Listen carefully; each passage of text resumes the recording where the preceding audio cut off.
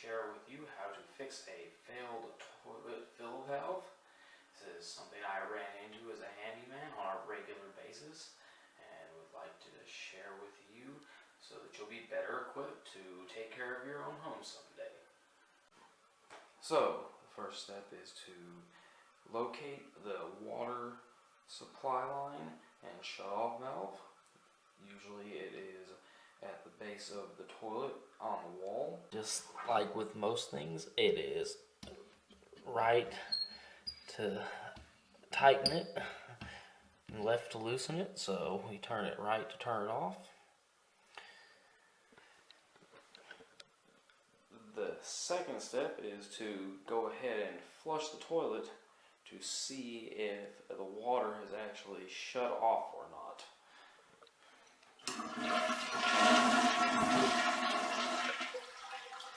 You can usually tell pretty much right away whether or not the water has shut off, stopped, but there's still a small amount of water left in there. So we're going to go ahead and just pull the flush lever again to drain as much of this water off as possible. We can go ahead and proceed with disconnecting the supply lines. Next, when it's like this, you won't have to take this off. You'll only need to remove this here, which is the nut that connects it to the fill valve. There's also a second nut up above it that connects the fill valve to the toilet. First thing you want to take off is this. I prefer to use channel locks. So you just take the channel locks and you gently go to the left to loosen it, and by hand you unscrew it.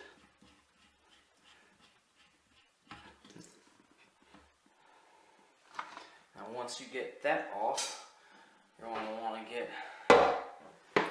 your water catch of some sort under the fill valve area as good as possible. Remove the fill valve nut, and it is the same. You just take it to the left, and once you get it loose, it usually comes out fairly easy. This is where the water really starts to come out. You just go ahead and keep taking the nut off until it comes off. Once it's disconnected, you get up into the toilet and you go ahead and pull this line out of the flush valve. This part dumps the water down into the flush valve to fill the toilet. If it's not aimed in there, the toilet will not fill properly. Once you disconnect that line, you pull the fill valve and wait for the rest of the water to drain. Alright, now that the fill valve is out of the way, we're going to want to get a towel or some toilet paper or a wash rag. You're going to want to get in here around the hole and wipe it up really good. And now we have the fill valve ready to put the pieces together and get set up. This little plastic collar here, you will want to make sure you slide up. It can be kind of difficult. It takes some amount of force. Once you get it slid up, you can grab just under the top of the valve and pull out to get your height correct on this. The height depends on the toilet. Usually it'll be about 3 to 4 threads showing. This particular toilet I am installing on has 4 threads, so we will go ahead and lock the nut back down. Make sure it's as secure and as far down to the bottom as you can so that it stays in place and does not move. Once you get this done, You will take the washer, put it over the threads, then you will take the hose and connector for the flush valve. You will connect the free end to the little knob here.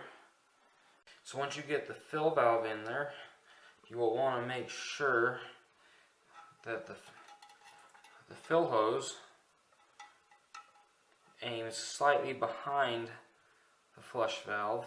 Once the fill valve gets placed back in there, you're going to want to go ahead and get the nut or wing nut and tighten it back down on there. It usually helps to hold the fill valve from the top while you're doing this. And once you get it tight, you do not want to use any tools at this point. You only want to do it hand tight.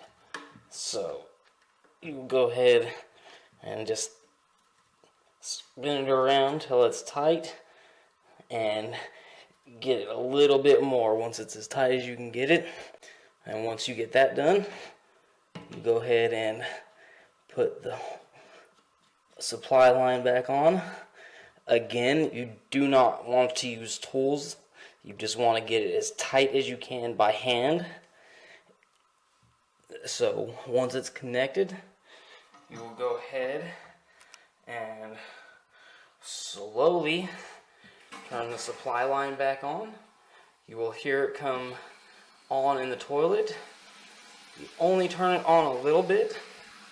You get up really quick into the toilet to make sure it's actually coming out like it's supposed to.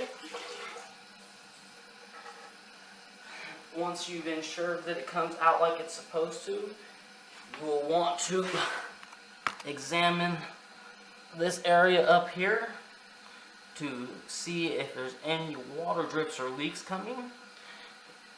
Okay, so that's how you replace the fill valve on a toilet.